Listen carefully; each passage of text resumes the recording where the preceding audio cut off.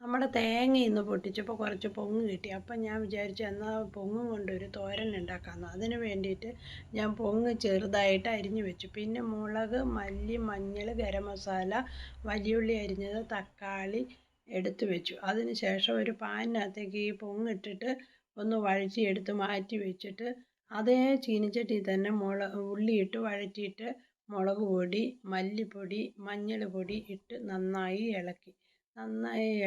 നന്നായി പിടിച്ചോട്ടെ എന്ന് ഓർത്ത് നന്നായി കുറച്ച് സമയം ഇളക്കിയ ശേഷം നമ്മൾ ഗരം മസാല ഇട്ടു. ഗരം മസാല ഇട്ട് നന്നായിട്ട് ഇളക്കി. ഈ തക്കാളി ഞാൻ അരിഞ്ഞിടുകയല്ല ചെയ്ത്, അരച്ചു കൊണ്ടുവരുന്നത്.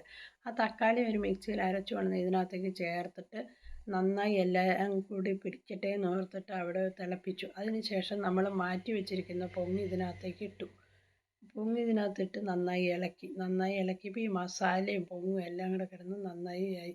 പിന്നെ ഞാൻ മല്ലിച്ചപ്പ് ഇതിനകത്തിട്ട് നന്നായി ഫിനിഷ് ചെയ്തു. ഈ റെസിപ്പി നിങ്ങൾക്ക് ഇഷ്ടപ്പെട്ടാൽ നിങ്ങൾ കമൻറ്റ് ചെയ്യാനും ലൈക്ക് ചെയ്യാനും മറക്കരുത്. നിങ്ങളും ഇങ്ങനെയാണോ പൊങ്ങ് ചെയ്യുന്നത്?